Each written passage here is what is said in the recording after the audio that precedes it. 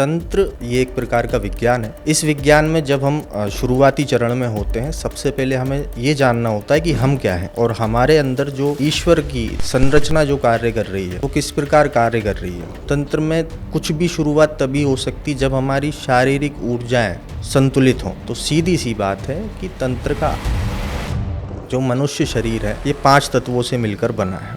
मनुष्य के अंदर वो क्षमताएं हैं कि वो अपने अंदर बैठे ईश्वर को जगा सकता है। मॉडर्न ज़माने में जहाँ लोग इतना स्ट्रेस्ड हैं, परेशान हैं, थके हुए हैं, इस टाइम पे तंत्र से क्या बेनिफिट ले सकते हैं वो?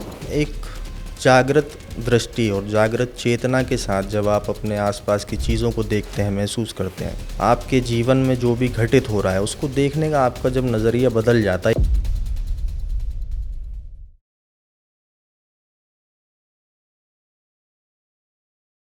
तंत्र एक ऐसा नाम जिसको सुनते ही मन में डर आ जाता है।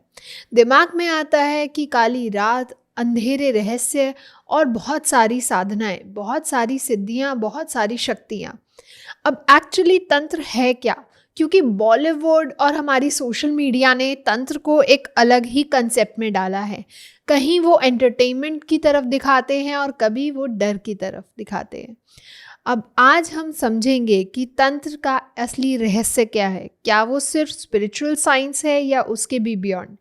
तो आज का जो पॉडकास्ट है वो बहुत ज़्यादा रहस्यमयी येट बहुत ज़्यादा इंटरेस्टिंग होने वाला है आप लोगों के लिए, क्योंकि आज हम बात करने वाले हैं तंत्र के असली मतलब की, कि तंत्र का असली मतलब होता क्या है, कैसे काम करता है, क्यों इतना इम्पोर्टेंट है और किस किस तरीके से हम अपने तंत्र को यूज़ कर सकते हैं। और अगर लोग इसका मिसयूज़ करते भी हैं तो उन्हें क्या क्या कॉन्सिक्वेंसेस झेलने पड़ सकते हैं। आज का जो पॉडकास्ट है वो एक बिगनर लेवल के लिए, जो तंत्र की तरफ आकर्षित है वो भी समझ सकता है, जो ऑलरेडी तंत्र में है वो भी जान सकता है। और इसी टॉपिक को डिटेल में समझाने के लिए हमारे साथ जुड़े हैं संस्थापक आभारी मार्ग के शैवागम विशेषज्ञ गुरुदेव पवन विश्वकर्मा जी। तो लेट्स वेलकम, और आज हम समझते हैं और आज हम जानते हैं तंत्र के असली रूप को। वेलकम सर, कैसे हैं आप? हरिओम, आभार, मैं ठीक हूँ। तो सर, जब हम तंत्र की बात करते हैं बहुत सारे मन में अलग अलग विकार आते हैं कि डर है, रहस्य है, शक्तियाँ हैं और नेगेटिव एनर्जीज है, ब्लैक मैजिक है। तो सबसे पहले मैं आपसे यही जानना चाहूँगी, जो हमारी ऑडियंस की भी सबसे पहली क्वेरी आती है, कि तंत्र असलियत में क्या है? तंत्र में सब कुछ समाहित है। जो कुछ आज हम देख रहे हैं, सुन रहे हैं, या हम जो देखते सुनते आए हैं वो सभी कुछ सत्य है। तंत्र के अलग अलग आयाम हैं, तंत्र के कई सारे पहलू हैं। अगर आप मुझसे जानना चाहते हैं तो मैं तंत्र की बहुत छोटी सी व्याख्या देता हूँ। तंत्र का मतलब केवल और केवल एक व्यवस्था है।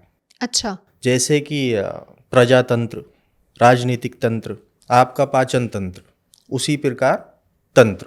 ठीक है। जिस तंत्र की हम आज बात कर रहे हैं वो इस प्रकृति की न्याय व्यवस्था का तंत्र है, या फिर प्रकृति का तंत्र, प्रकृति की एक व्यवस्था जी, जिसको समझने वाला तांत्रिक कहलाता है। ठीक है। उस व्यवस्था में सभी चीज़ें आती हैं, कर्मकांड आते हैं, क्रियाएं आती हैं, योग ध्यान आता है। इसके लिए हमारे पास कई शास्त्र हैं, बहुत कुछ है तंत्र में। अच्छा, तो मतलब सिर्फ तंत्र को एक शक्तियों से जोड़ देना या वहीं तक सीमित रख देना, क्या ये सही है? देखिए, तंत्र सबसे पहले खुद को जानने की प्रक्रिया है। अच्छा। ये एक प्रकार का विज्ञान है।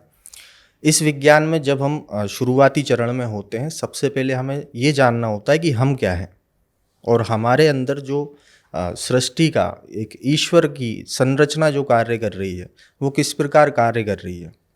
और यदि हमें ये मनुष्य जीवन मिला है या फिर इस सृष्टि पर जितने भी मौजूद सजीव जीव हैं उन सभी के होने का और उनके होने से प्रकृति में उनका कितना महत्व, कितना योगदान है, वो सारी चीज़ें जानने की प्रक्रिया ही तंत्र होती है।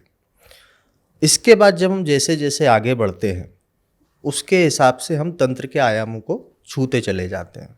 अच्छा, तो इसका मतलब ये है कि जैसे तंत्र का आपने बेसिक मीनिंग बताया कि अपने आप को जानना, राइट। तो क्या हर कोई तंत्र सीख सकता है? सभी लोग सीख सकते हैं, तंत्र सभी के लिए बनाया गया है। जैसा कि हम सभी जानते हैं, तंत्र विद्या महादेव के द्वारा दी गई थी। जी। तंत्र सभी के लिए है। उसके लिए ऐसा नहीं कि कुछ खास लोग जन्म लेते हैं या बहुत पवित्र आत्मा जन्म ले रही है, कोई महागुरु जन्म ले रहा है, केवल वही सीखेगा, जी। ऐसा नहीं है। सभी ने अपनी यात्राएं छोटे स्तर से ही कभी ना कभी शुरू की थी। बिल्कुल सही। आज यदि कोई ऐसा व्यक्ति है जिसको इस बारे में कुछ भी ज्ञान नहीं है, या फिर उसे किसी प्रकार का डर है, या वो ये सोचता है, उसके अंदर का विश्वास, आत्मविश्वास खत्म हो चुका है कि शायद मैं सीख नहीं सकता या आगे बढ़ नहीं सकता, तो ये सोचना गलत है। ये सभी के लिए है। ये एक प्रारंभिक ज्ञान है जो एक हर मनुष्य को दिया जाना चाहिए, जो कि पहले दिया भी जाता था। अच्छा। अगर हम जाएं 1000 साल पहले, तो जो गुरुकुल व्यवस्थाएं थी हमारे भारतवर्ष में, जी। सर्वप्रथम जो विद्या होती थी वो तंत्र विद्या ही होती थी। 28 प्रकार के आगम रहे हैं। शैव आगम की हम बात करें तो 10 आगम आते हैं शैवागम में। कई लोगों का मानना है 11 होते हैं, पर मैं 10 मानता हूँ।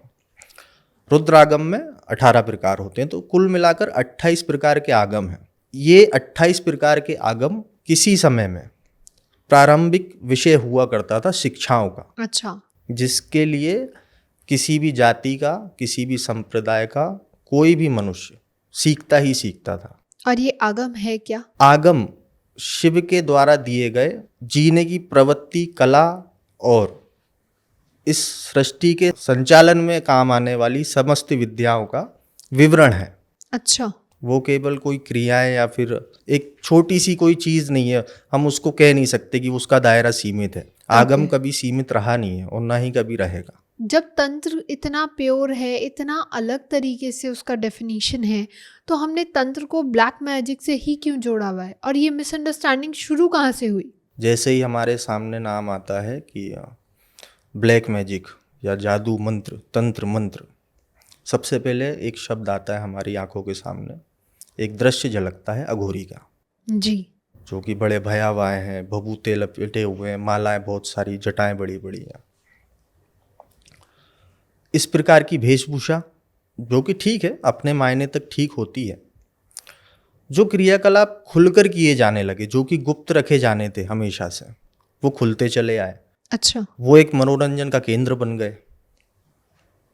विवादास्पद होता रहा मामला। आज जो हाल है तंत्र के, वो सभी के सामने है। बिल्कुल।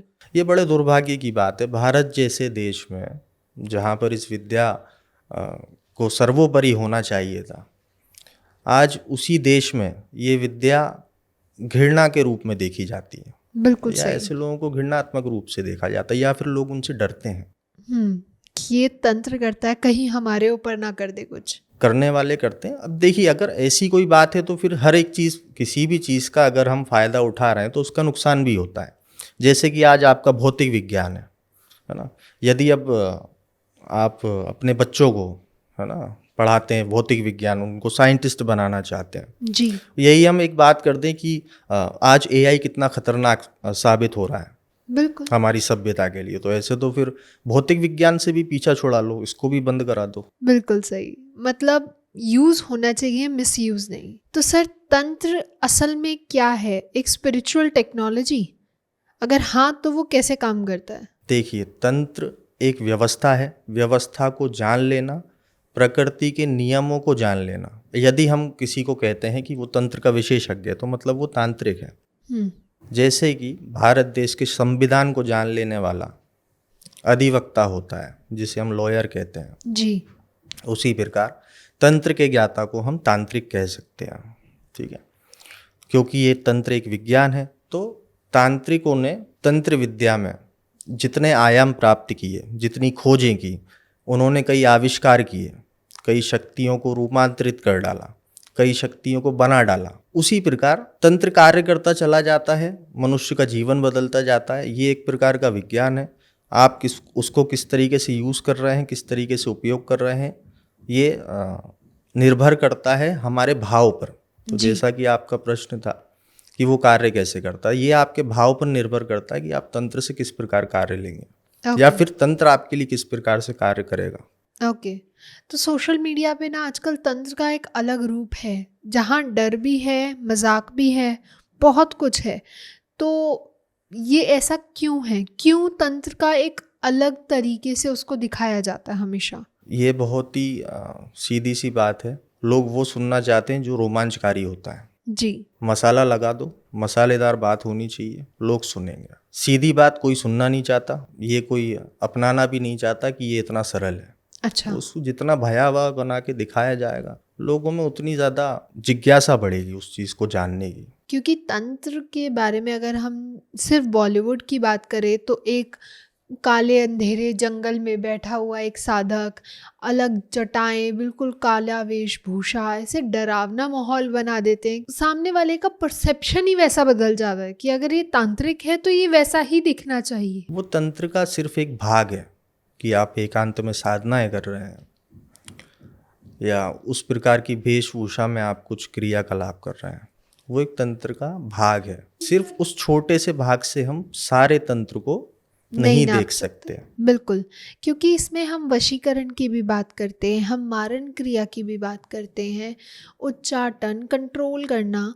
तो ये बहुत सारी चीज़ें हैं जो इंसान को इसके पॉजिटिव साइड से तो दूर लेके जा रही हैं, बट नेगेटिव की साइड अट्रैक्ट कर रही हैं। हाँ बिल्कुल करेंगी, क्यों नहीं करेंगी। क्योंकि किसी को मारना तो कोई सोल्यूशन नहीं होता काम का। जो इस प्रकार की क्रियाएं करते हैं, ये उनके ऊपर निर्भर करता है कि वो किस चीज़ को सही या गलत समझ रहे हैं। अच्छा। एक बंदूक है आपके पास, अभी आपके ऊपर निर्भर करता है आप उसे अपनी सुरक्षा के लिए उपयोग करेंगे या फिर किसी को नुकसान पहुंचाने के लिए। अच्छा, तो सर आपका एक कंसेप्ट है शैवागम का, और शैवागम और तंत्र, इसमें क्या रिलेशन है? शैवागम ही तंत्र है। अच्छा। तंत्र को जब हम आध्यात्मिक दृष्टि से देखना चाहते हैं तब हम आगम में आते हैं। जैसा कि मैंने बताया, तंत्र मतलब एक व्यवस्था। अब यदि हम आध्यात्मिक दृष्टि से तंत्र की व्याख्या खोजने जाते हैं तब हमें आगम मिलते हैं, जो कि शिव ने माता पार्वती को अपने मौखिक रूप से दिए थे। जी। शैवागम में ही, आगम में ही सारे रहस्य छुपे हैं। योग मार्ग के, ध्यान मार्ग के, तंत्र मार्ग के क्रियाकलाप, मंत्र विधान, सभी सारी चीज़ें आगम में समाहित हैं तंत्र की। तो सर तंत्र में एनर्जी का क्या कंसेप्ट है? तंत्र यदि भौतिक दृष्टि से हम देखें, तंत्र में कुछ भी शुरुआत तभी हो सकती जब हमारी शारीरिक ऊर्जाएं संतुलित हों। जब तक हमारा शारीरिक तंत्र ठीक नहीं है, तंत्र में हम आगे बढ़ नहीं सकते। अच्छा। तो सीधी सी बात है कि तंत्र का आधार ही ऊर्जा है। ऊर्जाओं का संतुलन बहुत ज़्यादा ज़रूरी होता है तंत्र में। ओके, तो अगर कोई इंसान तंत्र को अपनाता है, तंत्र को साधना शुरू करता है, तो क्या उसके एनर्जी लेवल पर भी उसको बदलाव देखने को मिल सकते हैं? बिल्कुल देखने को मिलते हैं। हम भौतिक रूप से उस चीज़ को अनुभव कर सकते हैं, प्रत्यक्ष रूप से कर सकते हैं। जैसे कि शारीरिक ऊर्जाएं जब संतुलित होती हैं तो कुछ पुरानी बीमारियां या फिर किसी के साथ कुछ ऐसी घटनाएं होती हैं जिन्हें वो खुद महसूस कर सकता है, जो कि पूरी तरीके से असामान्य हो सकती हैं। मैं किसी दंत कथा, लोक कथा की बात नहीं करूँगा, उसका मैं उदाहरण नहीं दूंगा। डर और शक्ति, ये दोनों ही तंत्र में इतना क्यों जुड़े हुए हैं? इतना इम्पोर्टेंट क्यों माना जाता है तंत्र में डर को भी और शक्ति को भी? तंत्र में भय जैसा कुछ भी नहीं होता। अच्छा। भय बनाया गया क्योंकि हम बचपन से तंत्र को किस प्रकार से देखते सुनते आ रहे हैं। हमारा मस्तिष्क उन चीज़ों को संजोकर रखता है, और जब हम उस प्रकार के क्रियाकलाप या फिर हम एकांत में बैठे होते हैं, वो चीज़ें हम पर हावी हो जाती हैं। अच्छा। आजकल मैं देखता हूँ, आप भी देख रहे होंगे, सुन रहे होंगे कि लोग अपने अनुभव साझा करते हैं। साधना हो गया जी, ये हुआ वो हुआ, होता है, पर जिस प्रकार से बताया जा रहा उतना, यही वो चीज़ें हैं जो उनके दिमागों ने पकड़ के रखी थी, उनके आधार पर उन्हें आज ये हो रहा है। अब इनका सुन के जो आने वाली पीढ़ी है वो पता नहीं और क्या देखेगी और क्या अनुभव करेगी। बिल्कुल। सोशल मीडिया पे जब कोई एक तांत्रिक या कह लीजिए तंत्र साधना करने वाला एक साधक, वो आके अपनी एक्सपीरियंस बताता है कि पैसों की बारिश हुई, ये हुआ, वो हुआ, मैं उड़ने लगा, तो वो सुनने में तो बहुत ज़्यादा फैसिनेटिंग लगता है और लोग उसकी तरफ आकर्षित भी होते हैं। बट क्या ये सच में होता है? हाँ, ऐसे लोग ही स्क्रिप्ट लिखते हैं फिल्मों की, या ऐसे लोगों से प्रभावित होकर ही मूवीज़ बनती हैं। ओके, तो ये पॉसिबल नहीं है तंत्र में। ये अनुभव करने की चीज़ है, और ये आंतरिक रूप से अनुभव हो सकते हैं इन चीज़ों के, और अनुभव होते हैं, इसका ये अर्थ बिल्कुल भी नहीं कि आप उनको साझा करें। एक गुरु अपने शिष्य को साझा कर सकता है, एक शिष्य अपने गुरु से साझा कर सकता है, पर इस प्रकार से, क्योंकि देखिए जो आपने अनुभव किया है वो इतना भी ज़्यादा कठोर या भयावह नहीं था जितना आप उसको बनाकर दिखा रहे हैं। बिल्कुल सही। आपको थोड़ा सा ये सोचना चाहिए कि जो व्यक्ति जानता नहीं है उसके विषय में, उसने कभी वो चीज़ अनुभव नहीं की, उसका सारा मनोबल ही टूट जाता है, ख़त्म हो जाता है। तो अगर हम इस प्रकार की चीज़ें चला रहे हैं तो कहीं ना कहीं हम समाज के साथ हमारे कुछ गलत कर रहे हैं। तो क्या तंत्र का मिसयूज भी पॉसिबल है? बिल्कुल करते हैं लोग। तो क्या ये मिसयूज एक इंसान को स्पिरिचुअली डाउनफॉल की तरफ लेके जाता है? हाँ, ले जा सकता है, क्योंकि ये कर्मों का लेखा जोखा होता है। अच्छा। कर्म तंत्र विद्या या फिर किसी भी चीज़ से परे की चीज़ है, वो एक न्याय व्यवस्था है। गीता में आप देखेंगे तो गीता का सारा सार सिर्फ 2 शब्दों पर आकर रुक जाता है, कर्म। जी। तो इसके ऊपर कुछ भी नहीं है। जो आप जो कर रहे हैं वो आपको आगे चल के किसी ना किसी रूप में देखने को मिलेगा। बिल्कुल। यदि गुरु कृपा है तब कुछ चीज़ें कम हो सकती हैं, कम होंगी, बस उनके प्रारब्ध बदल जाएंगे, चीज़ें बदल जाएंगी, भोगना आपको पड़ेगा, कर्मों का दंड ज़रूर आपको मिलेगा, बस वो थोड़ा सा रूपांतरित हो जाता है। ओके, तंत्र में गुरु की क्या महत्वता है? इस सृष्टि की धुरी आप समझ लीजिए गुरु है।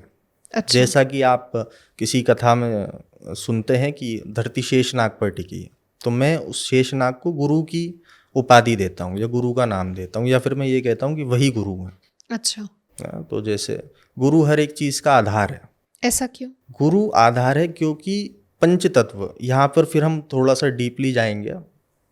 जो मनुष्य शरीर है ये 5 तत्वों से मिलकर बना है।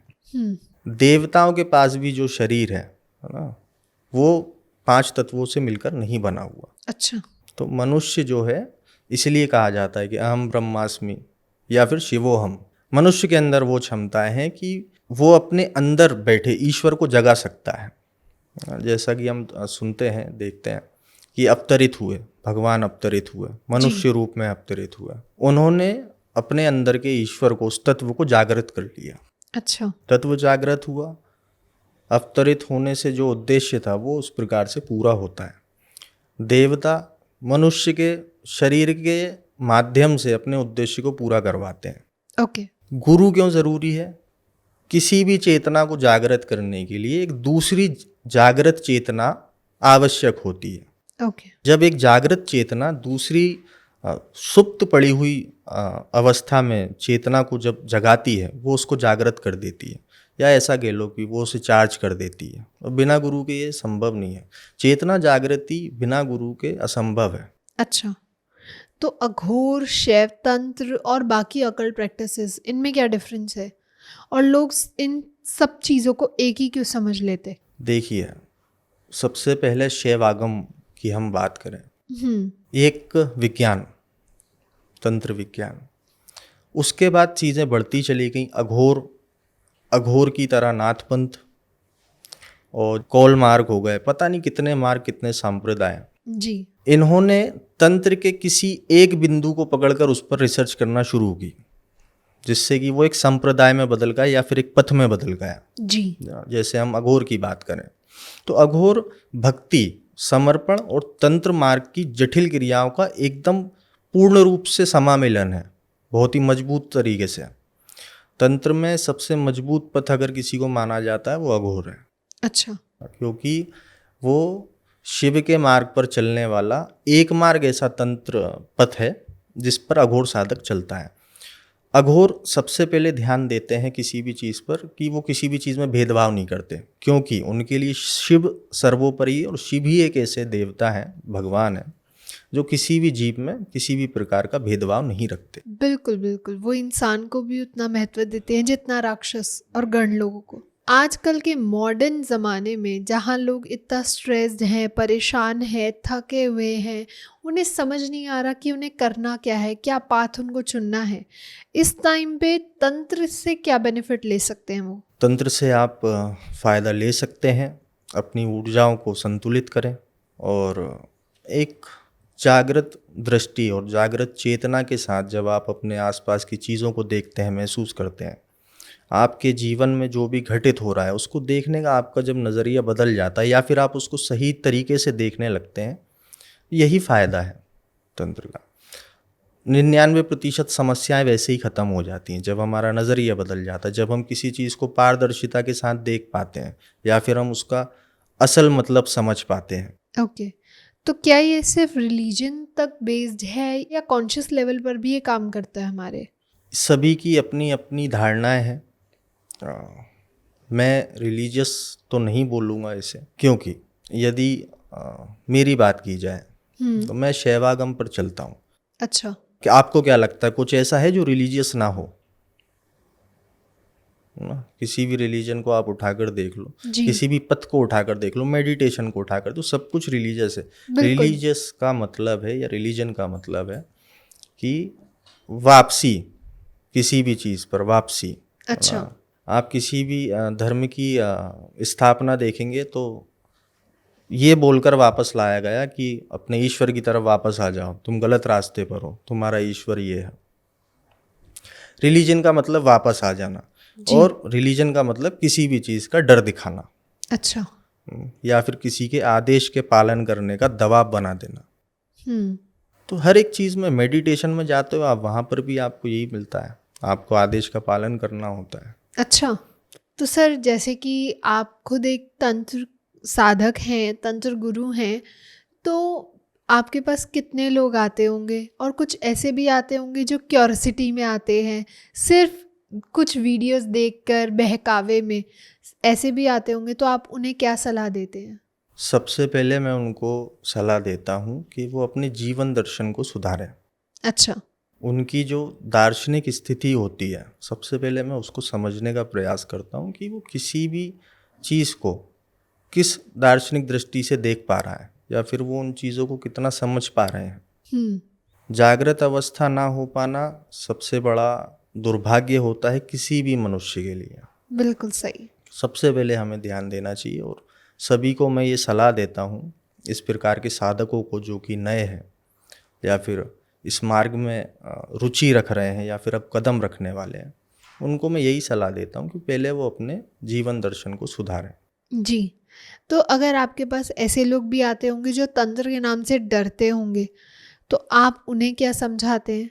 जब वो मेरे सामने बैठे होते हैं, मुझसे जुड़े होते हैं, मेरे किसी शिविर में भाग लेते हैं या फिर मेरे किसी प्रवचनों में भाग लेते हैं, उनको सुनते हैं, तो ये चीज़ उनके अंदर से स्वतः समाप्त हो जाती है। उसके अच्छा। लिए मुझे कभी कुछ करने की आवश्यकता नहीं पड़ती। तो कोई सर ऐसे लोग भी आते होंगे ना जो जिद पकड़ के बैठ जाते हैं कि मुझे तो तंत्र सीखना है, लेकिन आप जब उन्हें देखते हैं, उन्हें समझते हैं, तो आपको लगता है कि अभी इनका वो टाइम नहीं आया कि वो इस गहराई को, इस समुद्र को समझ पाए। देखिए, तंत्र में और जिज्ञासु हो जाना केवल एक उपलब्धि नहीं है। जी। सबसे बड़ी उपलब्धि है आपके अंदर धैर्य कितना है। यदि कोई तंत्र सीखना चाहता है या उस मार्ग में रुचि रखता है या उस मार्ग में अब जाने वाला है, सबसे पहले उसके अंदर धैर्य होना आवश्यक है। गुरु के आदेश का पालन करने वाला आज्ञाकारी शिष्य तंत्र में कुछ कर सकता है, वरना जिद लेकर अगर आप चलोगे तो जिद और आप, बस ये दो चीज़ें रह जाएंगी। तंत्र भी कहीं चला जाएगा, गुरु जी भी कहीं चले जाएंगे, संसार भी कहीं चला जाएगा। अच्छा। जो पहले से ही कुछ लेकर चल रहा है वो कहीं और से क्या प्राप्त करेगा। ठीक है सर, तो सर जाते जाते आप हमारी ऑडियंस को, आप अपनी ऑडियंस को क्या सलाह देना चाहेंगे कि तंत्र को सिर्फ डर के स्वरूप से ना देखें, उनको समझें, उसकी गहराई को जानें? अपने जीवन दर्शन को सुधारें, शरीर की ऊर्जाओं को संतुलित करें। ध्यान के द्वारा आप अपनी ऊर्जाओं को संतुलित कर सकते हैं, तंत्र मार्ग में आगे भी बढ़ सकते हैं। अपने गुरु पर विश्वास रखें, गुरु के आदेशों का पालन करें, अपने अंदर भर भर कर धैर्य रखें। अच्छा, thank you so much sir, बहुत मज़ा आया आज आपसे बात करके एंड आई होप हम दोबारा मिलेंगे। बहुत सारे ऐसे टॉपिक हैं जिनको हम और डिटेल में और आपके पर्सपेक्टिव से जानना चाहेंगे, उन पर आपका क्या कहना है। एंड अगर आप लोगों को भी पसंद आया हो तो लाइक कमेंट शेयर भर भर के करें, चैनल को ज़रूर सब्सक्राइब करें ताकि ऐसी और इन्फॉर्मेटिव वीडियोस हम आप लोगों के लिए टाइम टू टाइम लेके आ पाएँ। साथ में ही अगर अभी भी आपके कुछ क्वेश्चंस हैं या कोई सजेशन देना चाहते हैं तो नीचे कमेंट सेक्शन पे आप हमें बता सकते हैं ताकि हम आगे आने वाली सीरीज़ में उन्हें ज़रूर कंसीडर कर पाएँ। तब तक के लिए स्टे हैप्पी, स्टे सेफ। धन्यवाद।